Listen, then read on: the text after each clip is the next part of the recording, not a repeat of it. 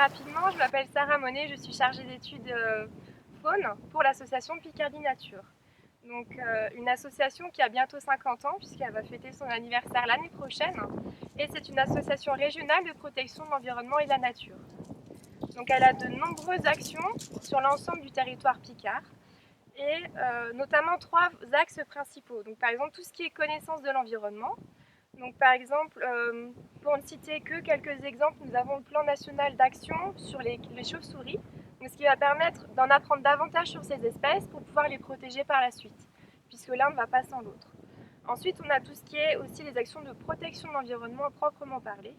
Donc par exemple, j'ai une collègue qui travaille sur tout ce qui est espèces relatives aux habitations, donc la mission Faune et Bâti, qui va permettre la cohabitation entre l'homme et la nature et les espèces qui s'y trouvent. Donc par exemple les hirondelles, les nids d'hirondelles qui peuvent s'installer au niveau des fenêtres. S'il y a restauration de bâtiments, il faut trouver une solution pour permettre du coup aux hommes et aux espèces de toujours cohabiter ensemble. Donc PNA Chiro, donc le plan national d'action chiroptère, donc c'est un des exemples parmi l'ensemble des actions possibles dans les 15 réseaux naturalistes picards. Puisqu'en fait c'est une association donc avec de nombreux bénévoles, à peu près 550 adhérents et 300 bénévoles actifs. Et chacun d'entre eux va s'investir au sein de l'association en fonction du secteur géographique dans lequel il se trouve et de ses préférences en termes de faune. Par exemple, il y a des personnes qui sont plus à l'aise avec les oiseaux, donc ils vont s'investir dans ce réseau-là. D'autres dans les chauves-souris, d'autres dans les insectes, etc. Et par exemple, donc tout ce qui est connaissance va permettre la protection. Un exemple concret, ma collègue qui travaille sur la mission Faune et Bâti, donc elle va permettre la cohabitation entre les hommes et les espèces qui vont nicher dans les habitations. Donc par exemple les hirondelles qui vont faire leur nid au niveau des fenêtres.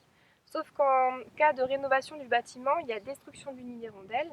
Et ma collègue est justement là pour trouver une solution avec les personnes désirant faire les travaux pour permettre le retour des hirondelles de façon artificielle ou naturelle. Puisque ce sont, comme beaucoup d'autres, des espèces protégées, vraiment à protéger au quotidien pour permettre leur sauvegarde. Donc il y a encore de nombreuses autres actions de protection, par exemple la restauration de mares ou encore la protection des phoques en baie de Somme. On pourra largement en parler tout à l'heure. Et dernier volet d'action, c'est tout ce qui est sensibilisation. Puisqu'on a vu que la connaissance menait à la protection, mais la protection passe par la sensibilisation du grand public et des scolaires. Donc, ce qui fait qu'une autre collègue animatrice va aller auprès des scolaires, auprès du grand public, les sensibiliser à toutes ces questions de protection de l'environnement, de sauvegarde de la faune qu'on pourrait dire ordinaire, puisqu'on la trouve partout autour de nous et pourtant elle est aussi importante que l'ours polaire ou le lion d'Afrique. Donc ça c'est très important de transmettre cette envie de protéger à tout le monde. En fait. Donc sensibilisation, il y a différents moyens, des animations dans les classes, des stands pour faire découvrir aux gens tout ça de façon pédagogique et sympathique, et des actions un peu plus concrètes, par exemple les clubs Connaître et protéger la nature, qui ont été créés également en Picardie grâce au réseau national qui s'est un petit peu incorporé chez nous grâce à une collègue, ou bien encore les aires éducatives, donc c'est vraiment un projet, une classe, un lieu, et c'est les élèves de la classe qui vont s'approprier le projet et nous dire ce qu'ils ont envie de faire, qu'est-ce qu'ils ont envie de découvrir, qu'est-ce qu'ils ont envie de faire pour protéger l'environnement. Donc vraiment un projet créé par eux et pour eux. Et une des actions de l'association Picardie Nature est justement d'étudier et de protéger les phoques en baie de Somme. Et cette action, c'est vraiment un mélange des 3 volets d'action de l'association. Il faut connaître pour protéger et sensibiliser pour protéger. Et tout ça se fait dans le programme d'études et de protection des phoques en baie de Somme, lorsque les individus sont revenus naturellement sur le territoire. Puisqu'ils étaient présents au XIXe siècle, les traces écrites nous le prouvent, mais faute de dérangements successifs et de chasse de loisirs, ils ont complètement été décimés. Ce qui fait qu'au milieu XXe siècle, la population avait disparu en baie de Somme. Grâce à des lois d'arrêt de la chasse et surtout de protection des espèces, qui sont devenues espèces protégées, les individus sont revenus naturellement des colonies du nord de l'Europe. Ils ont vu que le site était propice, la place était là, la nourriture est là, est toujours là, ce qui fait qu'ils sont revenus naturellement, ils sont venus s'installer. Sauf qu'il fallait quand même les protéger pour permettre leur retour progressif au fur et à mesure. Donc en 1986, l'association a mis en place ce programme d'études et protection des phoques en baie de Somme. Au départ, il y avait seulement un retour des phoques beaux-marins, donc la première espèce qui est réapparue en baie de Somme à la fin des années 70. Le phoque gris, la deuxième espèce présente en baie, est revenu plutôt à fin des années 80. Mais il a fallu accompagner ces espèces pour qu'elles puissent se réapproprier leur milieu naturel et surtout permettre la cohabitation toujours entre l'homme et ces deux espèces afin que tous puissent utiliser cette magnifique baie, continuer à la protéger et puissent observer les phoques sans les déranger et que les phoques puissent continuer leur cycle biologique comme il se doit. Donc ce programme-là, en fait, est décomposé, comme dit, en 3 axes principaux. Donc connaître, en tout cas améliorer les connaissances sur ces espèces-là. Donc par exemple, combien sont-ils en baie aujourd'hui? Qu'est-ce qu'ils vont manger? Où est-ce qu'ils vont manger?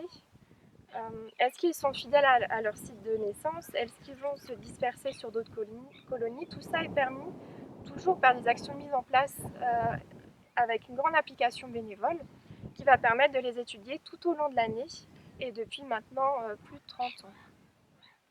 Ensuite, deuxième volet, ça va être la protection, puisque par exemple, on peut suivre l'évolution des naissances en baie de Somme. Par contre, il faut savoir que le phoque beau-marin va se reproduire en été. Or, l'été, c'est aussi la période d'affluence touristique. Vous l'avez peut-être sûrement déjà vu aujourd'hui, il y a beaucoup de monde et les gens sont très intéressés, mais ils connaissent aussi très mal l'espèce. Donc, ils vont vouloir s'approcher pour apprendre à découvrir cette espèce et l'observer.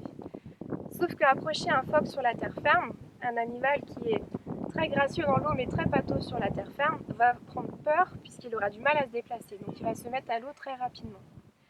Sauf qu'en période de naissance, les couples mère-petit, donc vraiment un lien social très fort, vont être dérangés par ces dérangements-là, puisque s'il y a mise à l'eau, le couple mère-petit va se mettre à l'eau également. Sauf que le petit ne sait pas très bien nager, surtout à la naissance, et ils vont se perdre de vue.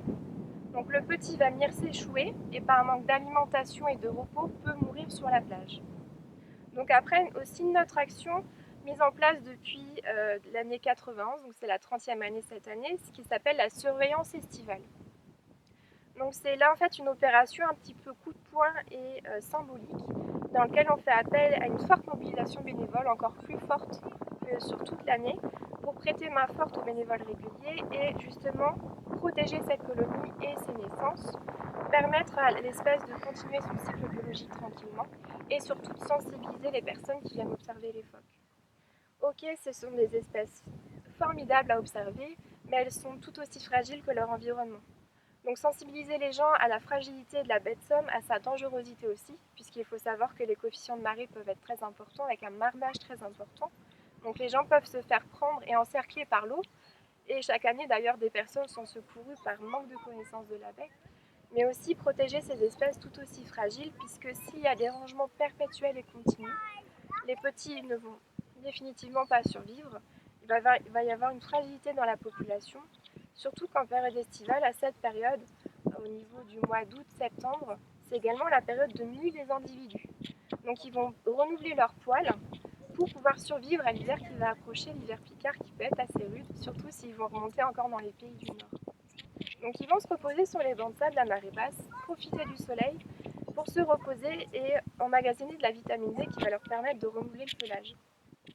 Sauf que si des rangements consécutifs, ils vont se mettre trop souvent à l'eau, perdre de l'énergie, et certains phoques peuvent même avoir une mue incomplète, ce qui fait qu'en hiver, ils vont perdre encore plus d'énergie à vouloir se réchauffer.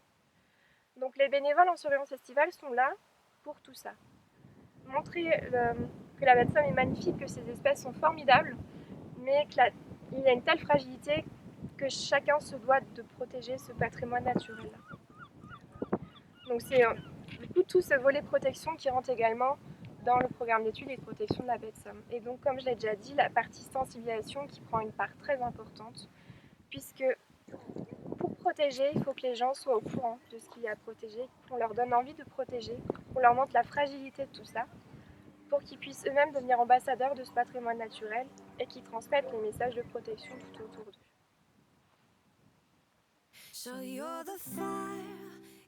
Chapeau.